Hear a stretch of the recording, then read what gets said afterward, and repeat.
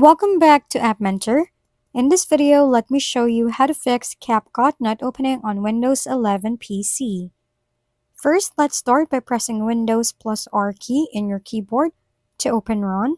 Next, search for this in the search bar. Open the folder that appears and delete everything inside it. This folder often contains temporary files, and clearing it can free up memory, which might resolve the issue with CapCut not opening. If deleting the temp files doesn't fix the problem, open Chrome and search for CapCut.com. From there, you can find and download the latest version of CapCut. Installing the updated version may fix the issue. Thank you for tuning in to App Mentor.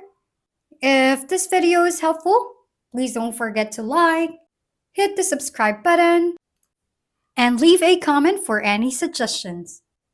See you on the next video!